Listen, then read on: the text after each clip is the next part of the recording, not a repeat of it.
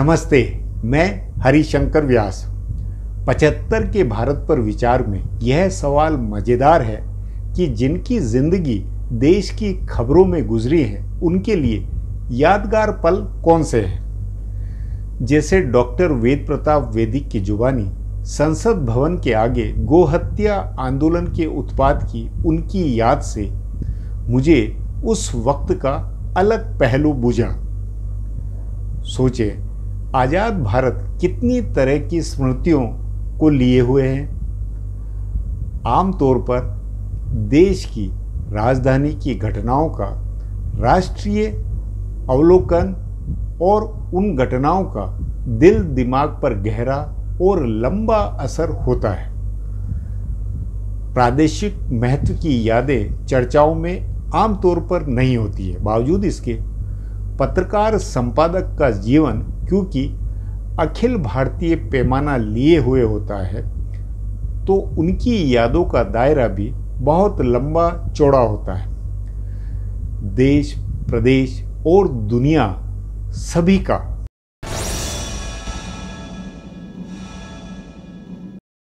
वैदिक जी, आजाद भारत के 75 वर्षों की अविस्मरणीय, गौरवपूर्ण आपकी याद या वो पल कौन से हैं जो सचमुच में आपके दिल दिमाग में गहरे बैठे हुए हैं?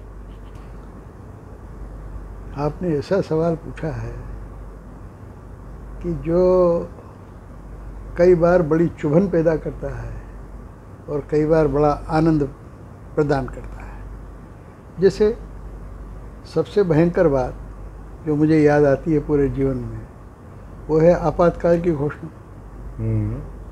जब आपातकाल की घोषणा हुई, मैं उस दिन इंदौर में था और मैंने कैसे सुनी, बाद में जो राष्ट्रीय स्वयंसेवक संघ के सर संचालक बने कुप्पसी सुदर्शन, वो मेरे अभिन्न मित्र थे। वो इंदौर के सियागंज के एक अस्पताल में भर्ती थे। मैं सुबह सुबह उनसे मिलने गया तो उनको अस्पताल में पलंग नहीं मिला था। अस्पताल के शुरू में ही ज़मीन पे उनको लिटा दिया था, पाँव में चोट थी उनकी। तो मैं जैसे ही गया, उन्होंने ट्रांजिस्टर रखते थे लोग सारे, उन्होंने स्टार्ट किया। छूटते से पहली खबर, रात को आपातकाल की घोषणा हुई। फखरुद्दीन अली अहमद राष्ट्रपति जी ने उस पर दस्तखत कर दिए। और फिर मेरे दो मित्र जो कांग्रेसी थे और बड़े नामी गिरामी वकील और साहित्यकार थे, उनका समर्थन उसके लिए। मैं बहुत परेशान हुआ। सुदर्शन जी से मैंने कहा कि अब तुरंत मैं दिल्ली जाता हूँ। इतने में ही मुझे नई दुनिया के प्रधान संपादक, जो इंदौर का सबसे बड़ा उस समय वैसे राहुल बारपुते थे उनके नीचे, वो सबसे बड़ा अखबार था और पूरे भारत में उसकी बड़ी प्रतिष्ठा थी। राहुल जी का मुझे फ़ोन आया कि वैदिक तुम इंदौर में हो ना? मैंने कहा हाँ बाबा, मैं इंदौर में ही हूँ। उस दफ्तर आ जाओ तुम। तो मैं करीब 9:30-10 बजे दफ्तर पहुँचा। उस अखबार के मालिक लाभचंद जी छजलानी और दूसरे लोग, नरेंद्र तिवारी वगैरह, सेठिया जी, सब कांग्रेसी थे। क्या करें? तो मेरे सुझाव पर सारा संपादक मंडल वहाँ बैठा था। राहुल बारपुते जी, अभय छजलानी जी, राजेंद्र माथुर संपादक तो नहीं थे, लिखते थे उसमें, वो भी आए हुए थे, और शायद प्रभाष जोशी भी वहाँ थे। इन सबसे उम्र में मैं छोटा था, लेकिन मैंने कहा कि भाई इतना दम तो शायद भारत में किसी का नहीं है कि आपातकाल के विरुद्ध संपादकीय लिखे, लेकिन आप एक काम कर सकते हैं कि संपादकीय की जगह खाली छोड़ दें, उसी से लोगों को संदेश मिल जाएगा। ये हुआ और 4 बजे की ट्रेन पकड़ के मैं दिल्ली आ गया। दिल्ली में मेरी कुलदीप नैयर जी से बात हुई। कुलदीप नैयर जी ने कहा कि प्रेस क्लब में हम लोग एक सभा बुलाते हैं पत्रकारों की। शायद 26 जून को घोषणा हुई थी, 25 जून की रात को, 27 या 28 जून को शायद उन्होंने सभा बुलाई पत्रकारों की। बड़ी सभा हुई, उसमें मैंने आपातकाल के खिलाफ भाषण दिया, कुलदीप नैयर जी ने भाषण दिया। उसके बाद कुलदीप जी ने कहा, हाँ जितने पत्रकार यहाँ आए हैं, ये हमने इसका विरोध पत्र एक लिखा है, इस पर दस्तखत करो। 3 मिनट में पूरा हॉल खाली हो गया। उस पर दस्तखत करने वालों ये सचमुच की मतलब ये कॉन्स्टिट्यूशन क्लब में हुआ, प्रेस क्लब में हुआ? प्रेस क्लब में, प्रेस क्लब में उस पर रजिस्टर रखा हुआ था जो कि कुलदीप नैयर लाए थे। उस पर सिर्फ मेरा और प्रभाष जोशी का दस्तखत था, बाकी सारे लोग भाग गए वहाँ से। अच्छा, ये तो एक पहली घटना हुई। उसके बाद दूसरी घटना? उसके बाद ये हुआ कि नवभारत टाइम्स में था मैं। नहीं, उसी सिलसिले में नहीं, और उतनी ही अहम महत्वपूर्ण, मतलब मैं पूरे 75 वर्षों में कि भारत के इतिहास की, आज़ाद भारत के इतिहास की 75 वर्षों की सबसे अहम बड़ी घटनाएं और कौन कौन सी? देखिए, और अनुभव में आपके, हाँ, जो आपकी याददाश्त में। मुझे बड़ी घटनाओं में जो मेरी अभी भी स्मृति में सुरक्षित हैं, अगर क्रम से कहूँ तो मुझे फिर परमाणु बम का जो विस्फोट हुआ था उसने भी। कौन सा? इंदिरा गांधी के समय का? इंदिरा गांधी ने 1974 में किया था और अटल जी ने प्रधानमंत्री बनते से ही फिर पूर्ण विस्फोट किया।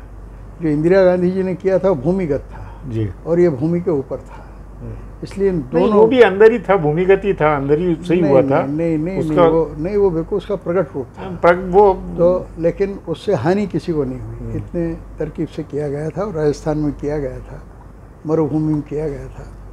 लेकिन इस घटना ने भी मेरे मन पर बड़ा प्रभाव डाला। लेकिन आप पाकिस्तान से दोस्ती के, अखंड भारत बनाने के हिमायती रहे, उसके बावजूद आपका ये विस्फोट का विरोध करना चाहिए था या आपको समर्थन करना चाहिए था?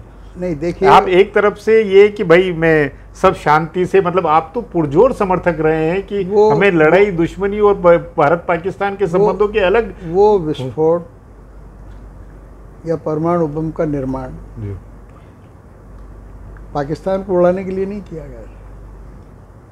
उसका पहला कारण चीन की जो धमकी थी उसका मुकाबला करना था। पहला उसमें पहले अवचेतन में हमारे चीन पहला लक्ष्य था। पाकिस्तान के पास तो बम था ही नहीं, चोरी का माल था।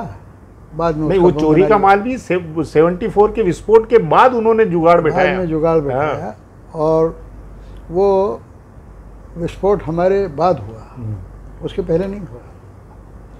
और विस्फोट के समय मैंने इंडिया इंटरनेशनल सेंटर में एक बैठक बुलाई थी, सभा बुलाई थी। उसमें के सुब्रमण्यम का भाषण हुआ, जो कि आज के हमारे विदेश मंत्री के पिता थे। वो और मैं साथ काम करते थे इंस्टीट्यूट फॉर डिफेंस स्टडीज़ में। वसंत साठे थे और भी 3-4 लोग थे। हम सबके भाषण हुए वहाँ। JNU के 1-2 प्रोफेसर भी थे। हमने बम का बड़ा भारी समर्थन किया था कि हमको बम बनाना चाहिए। तीसरी घटना जो मुझे याद पड़ती है, लेकिन इतिहास ने उसको कोई ख़ास महत्व नहीं दिया, लेकिन मेरे मन पे उसका बहुत असर है, इसलिए कि दनादन गोलियां चल रही थी और मैं वहाँ बैठा हुआ था, और जब सारी भीड़ भागी तो मैं भी भागा और गोलियां चलती रही। वो घटना थी 18 नवंबर 1966, जिसे पार्लियामेंट स्ट्रीट कहते हैं। गोहत्या वाला मामला, गोहत्या वाला। PTI बिल्डिंग के सामने बड़ा भारी मंच लगा हुआ था। मैं सप्रो हाउस में रहता था, PhD कर रहा था, तो मैं भी गया था उस सभा। उस घटना से आपने क्या, मतलब वो घटना क्यों याद रही आपको? वो घटना इसलिए याद रही कि एक जहाँ दनादन गोलियां चल रही हों और मैं भी मंच पे बैठा हूँ और सारे साधु संत ये वो सब भगदड़ मच गई भयंकर, और पीछे पुलिस वालों की कारें चल रही हैं और वो गोलियां छोड़ रहे हैं, और गोली कार में घुस रही है और किसी के बंगलों में घुस रही है। वो मैं देख रहा हूँ। भीड़ बंगलों में घुस गई थी। और साधु संतों ने उत्पात किया था उस दिन दिल्ली में। तो इसलिए वो घटना मेरे दिमाग में आज तक जस की तस रखी हुई है। हालांकि वो इतिहास की दृष्टि से वो नहीं, लेकिन अगर इतिहास के दाते भी देखा जाए तो एक हिसाब से साधु समाज ने, और वो पहली घटना थी जब हिंदू भावनाओं ने लोकसभा को के आसपास घेरेबंदी करके किया था। ये वो पहली, उस नाते मैं उस घटना को देखता हूँ। वो ऐसी पहली घटना थी जिसके कारण भारत के गृह मंत्री को इस्तीफा देना पड़ा, क्योंकि जिस दिन गुलजारी लाल जी नंदा का इस्तीफा हुआ, उस दिन उन्होंने फ़ोन करके मुझे अपने घर बुला रखा था, और वो चड्डी बनियान पहने हुए मुझसे मिले, तो मुझे बड़ा आश्चर्य हुआ मैंने कहा नंदा जी कैसे बैठे होंगे? नहीं, वो ऐसे ही रहते थे, वो एक बिल्कुल अलग ही सिद्ध पुरुष थे, बहुत ही अलग थे। खैर वो कहानी अलग। फिर चौथा अनुभव, और फिर चौथा अनुभव, चौथी याद जो भारत के इतिहास, भारत के गौरव की भी बात हो। जो अटल जी ने, नहीं, आप बांग्लादेश की जीत और भारत की जीत को नहीं मान रहे? उस पे आ रहा हूँ। हाँ, आप बांग्लादेश में जब कार्रवाई शुरू हुई तो हमने यहाँ, मैं उन दिनों मोतीलाल नेहरू कॉलेज में पढ़ाता था, मोतीबाग में। मैंने अपने कॉलेज के और दूसरे कॉलेजों के हज़ारों छात्रों को लेके यहाँ बड़े बड़े जुलूस निकाले। और मौलाना भाषानी एक थे, वो मुजीबुर रहमान से भी बड़े नेता थे बांग्लादेश के, और बुजुर्ग भी थे। अवामी लीग के नेता रहे होंगे? नहीं, वो कोई और उनकी पार्टी। अच्छा, अलग पार्टी रही होगी। हाँ, ठीक है जी। बड़ी दाढ़ी रखते थे और वो बिल्कुल मौलाना ही थे, लेकिन बड़े साधु जैसे थे। मैं उनको सप्रू हाउस बुला के लाया और सप्रू हाउस में बड़ी भारी सभा करवाई, कई जुलूस हमने निकाले। वो एक बड़ा अद्भुत क्षण था। नहीं, लेकिन इंदिरा गांधी की और जो पाकिस्तान की सेना का समर्पण होना, ये 75 वर्ष की नंबर 1 गौरवपूर्ण दास्ता, वो हमारी उपलब्धि या वो हमारी वीरता? वो हमारी बहुत बड़ी उपलब्धि थी, क्योंकि इतिहास के अंदर अगर देखा जाए, लंबे इतिहास में एक हमारी सेना, मतलब दिल्ली की उसकी सेना ने इस तरह की मुक्ति किसी देश को करा के मुक्त करके स्वतंत्र देश बनाया हो, जिसके ऊपर अमेरिका से लेकर तमाम तरह की विश्व महाशक्तियाँ उनके रिएक्शन थे, वो अपने आप में टर्निंग पॉइंट थी या किस तरह की घटना? और देखिए, उसके पहले जो गोवा मुक्ति हुई जवाहरलाल नेहरू के ज़माने में, तो उसमें नहीं, ऐसी मतलब उस घटना को उसके बांग्लादेश के बराबर नहीं रखा जा सकता। बांग्लादेश की घटना तो विलक्षण थी, उससे किसी और घटना की तुलना नहीं की जा सकती। उसके बाद वाला और आप ऐसा कोई? गोवा की मुक्ति और सिक्किम का विलय। हाँ, सिक्किम का विलय एक बड़ी बात। हाँ, इन दोनों घटनाओं ने भी मुझे बहुत प्रभावित किया और मुझे भूलती नहीं। इसके बाद की घटना? इसके बाद भी बहुत सी घटनाएं हुई। बाबरी मस्जिद के ध्वंस की घटना को आप किस तरह देखते हैं? हाँ, बाबरी वो मस्जिद, इतिहास का मोड़ था या नहीं था? बाबरी मस्जिद जिस दिन गिरी वो इतवार का दिन था। हाँ।